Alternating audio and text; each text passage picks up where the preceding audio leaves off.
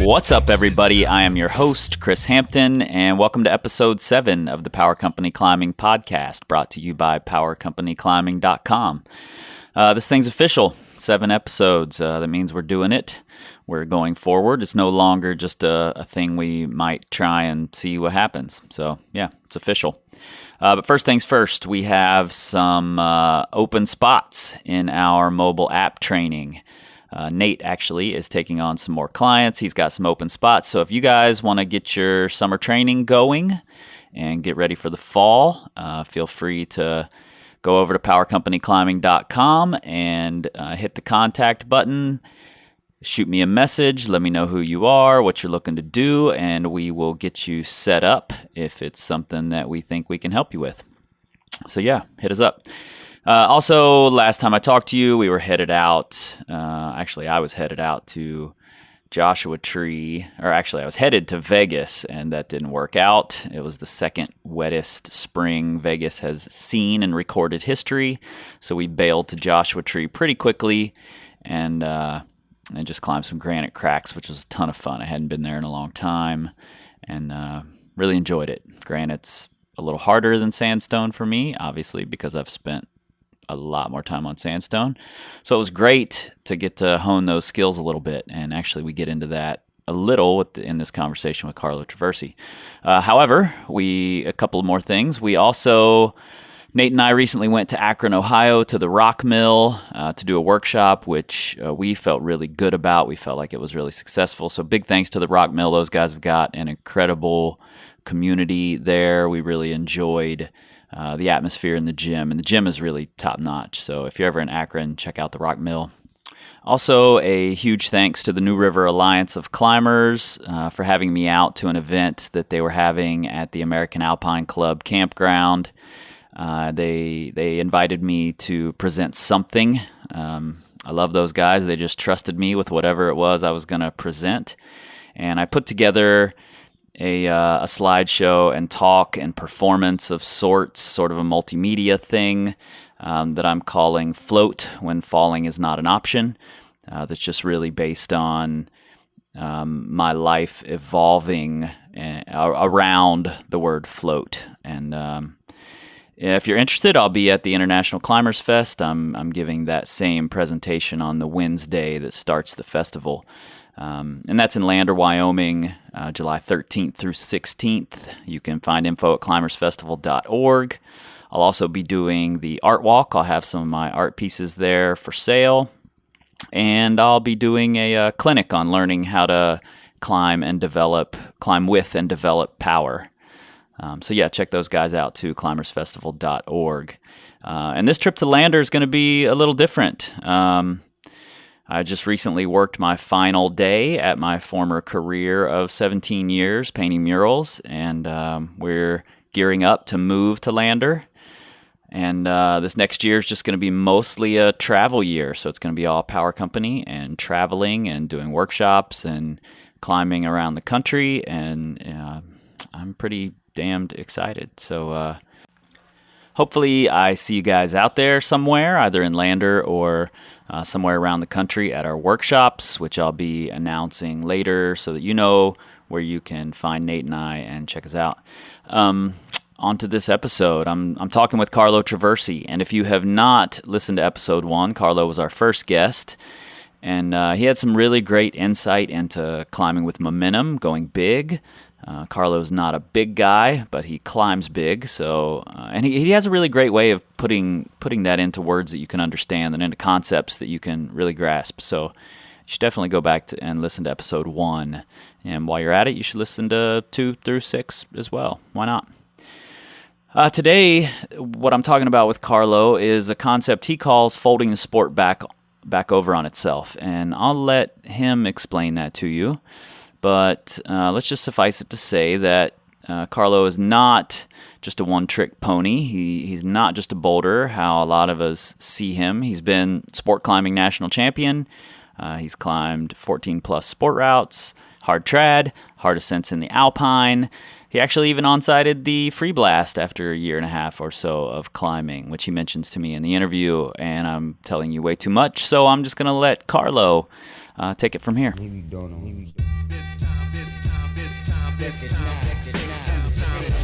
A long time ago, I reached the realization that grades are basically meaningless to me.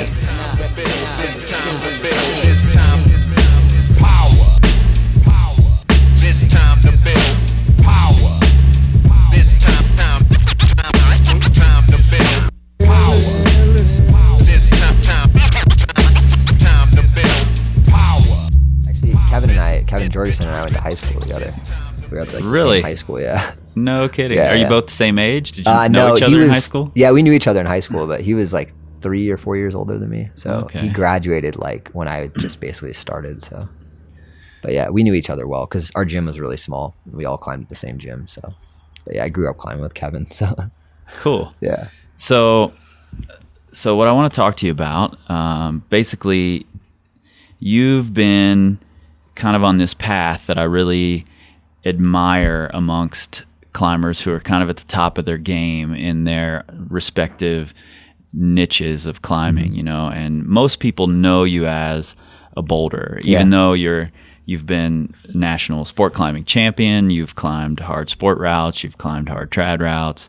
And what I didn't know that you just told me is that you grew up learning to climb in Yosemite. Yeah. Like that was your first climbing experience. Yep. And this path that you're on, kind of taking what you've learned in bouldering and applying it to new types of climbing or back to routes, sport routes, trad routes, things like that, is really admirable in my opinion. And I see some other people doing that as well. Yeah. So I'm psyched to just talk to you about, you know, how you're taking what you've learned and turning it into these other aspects of climbing. Yeah, absolutely. And you've over the past couple of years, you've spent about 6 months in Yosemite, you said? Yeah, I spend usually for the last 2 years, I've spent October, November, December in Yosemite. Just for bouldering purposes, just because there's so much development to be done there. It's also, I have like a soft spot for Yosemite since I grew up climbing there. Sure. And it's a place that I wasn't near and didn't have the opportunity to go to for quite a few years when I lived out in Colorado. Mm-hmm. And now I have the opportunity to go there and visit my family who I don't see that often in Northern California, and then go climbing in Yosemite. And for me, it's a cool place because it's, especially within the bouldering scene, it's really quiet. There aren't really that many boulders that go there. Sure. There's a dedicated crew from the Bay Area, some people from Southern California that'll come up, but you see very little action, especially in the winter time. If you're there during the week, in the winter time, there's basically no one there. And it's important to me to have that solitude and to be able to kind of just do what I want to do and experience that kind of just the majesty of Yosemite and be a part of the history of all of the climbing that's gone on there in a very quiet way, because there's no one there in Yosemite that time of year either. No tourists, or at least very little tourists. Right. It's a really, really quiet time of year, and it's just a nice time to enjoy one of the most beautiful valleys in the world. Now, what about the trad climbs and the walls there? Are you going there specifically because you can kind of hone your techniques that you haven't been practicing as much over the last few years, and to take them elsewhere? Yeah, absolutely. I think Yosemite granite is one of the most demanding climbing mediums out there. Requires a lot of finger strength and really, really precise footwork, more than I think anywhere else on the planet. I think even more than Font. Yosemite footwork is the hardest I've ever been on. Yeah. I don't know why it's different than other granite areas.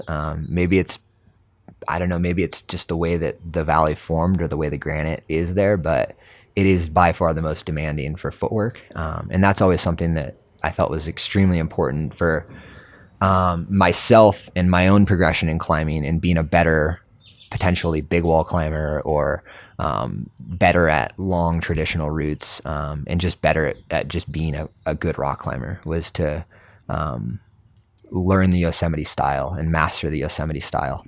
And I've still, in the last 2 years that I've spent 6 months out of it there, I still feel like I'm not close to mastering it as well as I want to. Yeah. And I will continue to climb there as much as possible to master that style.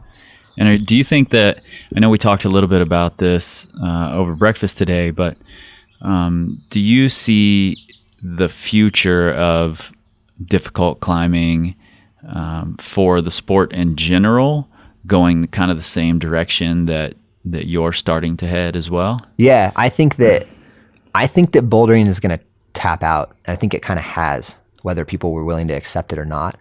I mean, there really aren't, the V16s in the world are debatable in terms of their difficulty. Sure. I feel like that there are plenty of climbers that have come along, and the problems that have been suggested at V16 may not be V16 for other people. Sure. Yeah, they're going to be very body specific, very condition dependent. Everything. Everything's going to go into that. I think that there are V15s in the world for sure. I mean, there's plenty of them, and I think that those numbers have progressed to that point where those grades are warranted, where they distinguish themselves beyond V14 in multiple ways for multiple climbers. Right. I think V16 though is very difficult to. It's difficult to tack that number on with any sort of certainty. And it's been clear over the last 5 or 6 years that that's kind of been impossible to do. Sure. Every V16 that's been put up has later been called easier or whatnot. Yeah, nobody's been able to really stick the V16 flag in the ground and stand by it. And a lot of people have different theories as to why that's the case. But my theory is that maybe boulders aren't going to be possible at that level. Maybe there is a limit for what our skin can hold on to, and what we're capable of doing at this point in climbing. Maybe with the shoe technology that we have, who knows? It could be a variety of different factors. This is just a theory. I may be wrong on this, but I think that it's going to tap out in most regards. I think bouldering will get more specialized in certain ways, but that doesn't mean that the grades will specifically continue to progress as they have over the last 20 years. And I think that with that, we need to start looking at what the future of what we can do with how we need to look at how we've accomplished these bouldering skills and how we've harnessed this amount of skill to the point of the V15 level, and how to apply it back to all other climbing. And for me, that means taking those lessons we've learned in bouldering and those skills that we've gained in bouldering and going back to trad climbing and sport climbing. Specifically, I think trad climbing, just because it's the most purest form, and most big wall and alpine climbs require a lot of trad climbing technique as well. And that would be a really cool place to be bringing hard bouldering to. Yeah, and you laid out this really interesting sort of progression of climbing for me this morning, and I thought it was a really great visual, just folding it all back into itself, that it's kind of come from starting with trad climbing and then sport climbing, and if you could just lay that out for me again, absolutely, that'd be great. So I mean, basically we started out, a lot of people started out as, not everyone, but most of climbing started out as, we have these challenges of these walls and mountains and stuff like that, and we want to get to the top of them. And so people started traditional climbing, which is, back then it was just known as climbing. Right. That's all there was. That's all there was. And slowly we started finding that, the cracks, there were things that we wanted to climb that didn't have features to protect. So we started bolting sport cliffs, and we moved the into devils sport climbing. came in and bolted exactly, and we started bolting things. And sport climbing changed the way that trad climbing was, and with sport climbing skills, we were able to progress trad climbing a little bit further in some ways by adding bolts to L cap and stuff like that to protect free sections. And then it kind of progressed. Bouldering started off in that realm too, in order to practice for those walls and practice crux movements for sport routes. So we started progressing bouldering, and then bouldering kind of became its own thing, where we really pushed bouldering as far as we could possibly take it for the time being. And now I feel like we're at this point where bouldering has hit kind of a standstill.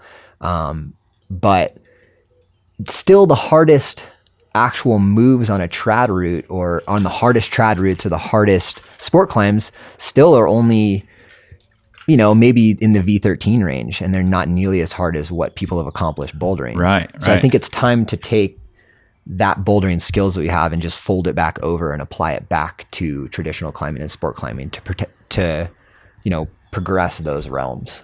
So it's a cool time in climbing. I think it's a pivotal moment in terms of what we're going to be able to accomplish in those realms over the next few years. But I do believe it's not within the bouldering realm. I think it's within applying strong bouldering technique in dynos and, really just kind of like much crazier movement and problem solving techniques to much bigger objectives.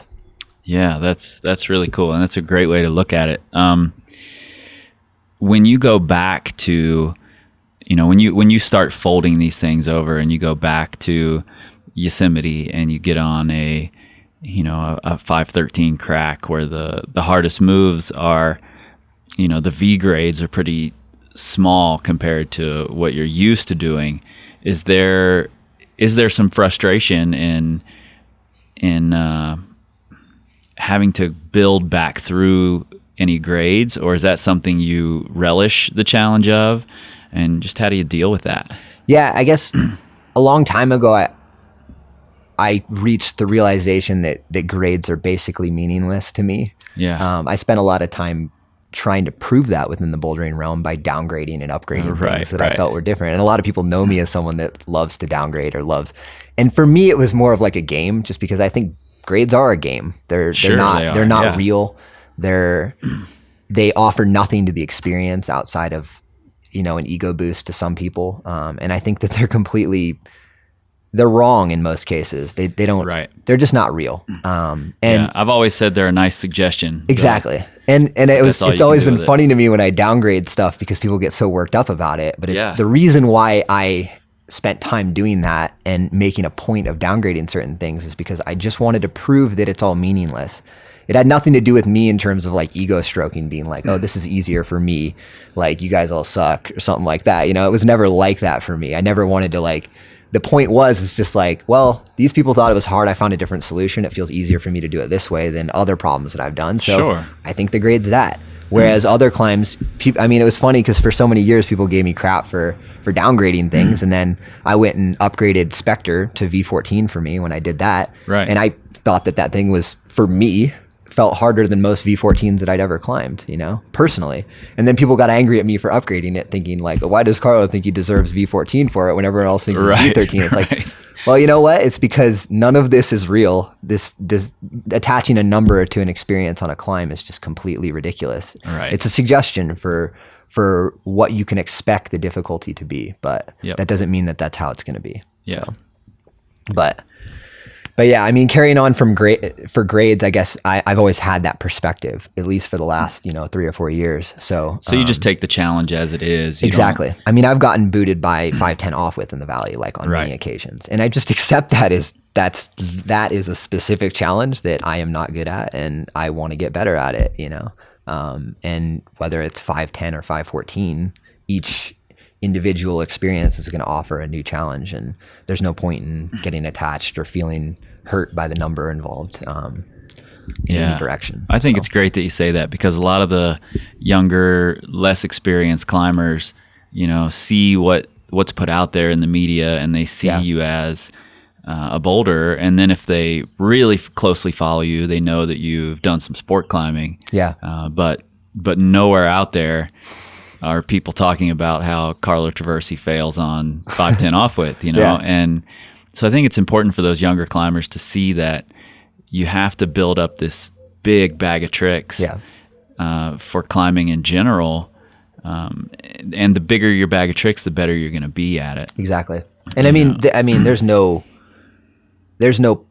career-wise, there's no point in me going offwidth climbing, but I enjoy getting better at all forms of climbing. Right. So when I've been in the valley the last few years, I've spent a good portion of my time climbing like 5.9 and 5.10 offwidth climbing, just to get better at, because I want to climb big walls, and I know that there's going to be off-width climbing involved in that, and I want to have a mastery of that. I don't want to be bad at anything in climbing. I want to have an understanding of the techniques involved and feel comfortable on any type of terrain. And so that's really important to me personally, and I spend a lot of time doing that. You know? And I think that makes you just a better overall climber. You know, there are definitely specialists out there. Yep. So, and we saw that in the World Cup with the hand jam fiasco, where all these V14 climbers were getting bouted by what looked like a 5 hand crack, an easy bomber hand jam. Yeah, exactly. So I think it's important for people to see that somebody on your level of your caliber knows what a 510 off width is like, and can go out and try these things regardless of the grade.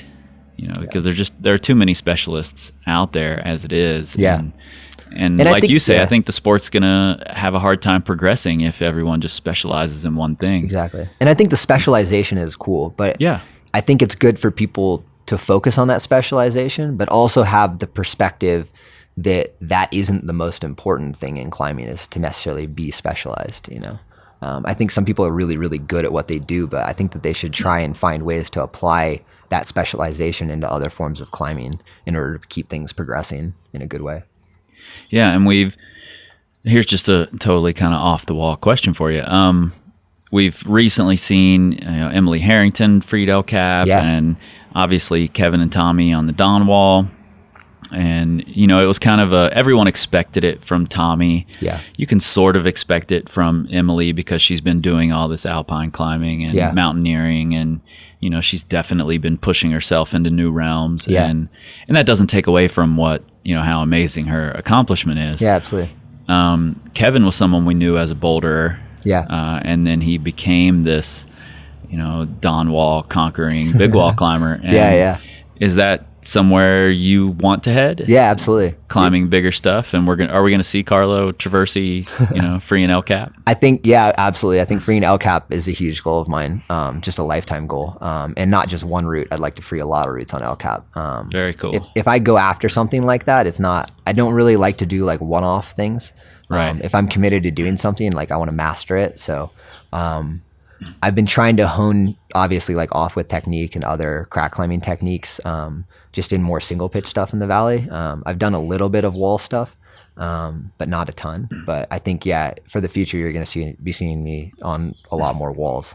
I know when Tommy was injured, you went up to support Kevin. I did, yeah. And I was really surprised by that. I didn't, I had never really thought of you as a big wall climber at all. So that caught me off guard for sure. And that's funny because I started off that way. Right. Like I started off climbing not big walls in Yosemite, but 6 to 10 pitch climbs in Yosemite was like what I did when I was like 15 and 16. Like I climbed free blast on site after like a year and a half of climbing, Nice. And like, I mean, that's not like a huge accomplishment nowadays. I think some people could probably free solo it, but like for me then, that was a cool experience to have, And that was like middle of summer in like really, really hot conditions. And that primes you for it does. Succeeding in, these life goals that you've got because you've taken those skills you learned, on sighting the free blast and now you've got these V15 skills, and I think it'll be really interesting to see where you take it and where the sport goes in general with all this, as you put it, folding back over on itself. And again, I really like that visual. I wish we had a little animation that we could just put up of the sport folding over on itself. I think people will start to, regardless of whether, I think that people are already seeing that happening. Whether it's definitely going on. And I think actually Chris, is one of the people that has started that whole movement, because Chris Sharma was such a strong boulderer, and he pretty much quit bouldering and started taking up sport climbing. And I know he hasn't done much trad, but just by taking what he had done in bouldering and moving it into sport climbing was already the start of that transition backwards. And I think that now it's just about taking it further and taking it to like big wall climbing. And Yosemite, I think, offers the most opportunity for that of any place that I've seen in the world because of accessibility and the amount of rock that's there. And there are also like just an absurd amount of aid climbs that haven't been freed there that really could come down to a V13 boulder problem, being able to connect it into a free climb. And I think that possibility is extremely exciting. Very cool. Well, I appreciate you sitting down again and talking with me. And No worries, like I said, I'm looking forward to seeing where it goes. I'm psyched that guys like you are interested in going and trying to free some of these hard crack climbs that are guarded by, what a friend of mine calls nerd gates, that you have to be able to make it through this, heinous little boulder problem to get into the crack. And those skills have just been developed in the last, 4 or 5 years. Yeah, exactly. So it'll be cool to see what happens. Cool, man. Thanks for having me. Yeah, man. No problem. Yeah. It was back in 1982, Todd Skinner was one of the leading forces in popularizing this bouldering revolution that was happening in Waco. And his reasoning was, if we can do the single hardest move on any rock climb, then we can do the rock climb. And that was my first inkling of this concept. And because I'm on that same path now myself, trying to take what I've learned in bouldering and what I've learned in sport climbing and move it back in, fold it back in, if you will, to my trad climbing roots and take it into bigger arenas. It was really special for me to talk to Carlo about it, kind of on the precipice of his journey, so to speak, as well. So big thanks to Carlo. You can find him at carlotraversi.com. Don't forget about our ebook training plans. You can check those out at powercompanyclimbing.com. Also, be on the lookout for workshops coming to your area. We're really excited about them. They've been going really well. And I think people are getting a lot out of them, as well as Nate and I are. So be on the lookout. Also, like I mentioned before, Nate is taking on some new clients. So if you're interested in starting your summer training, hit me up. You can get me at powercompanyclimbing@gmail.com, or you can just go to powercompanyclimbing.com and hit the contact link, and that'll send a message right to me. If you're in Lander, definitely come check me out. I've got a bunch of interviews coming. I've definitely been taking some time off from this thing just because I'm gearing up to move and trying to get out of the Midwest now that the ridiculous can't breathe humidity is setting in. And I'll be talking to a bunch of people during the Climbers Festival. I've got some interviews lined up for OR, so I've got a bunch of good things coming your way. Next time. #WeBuildMachines.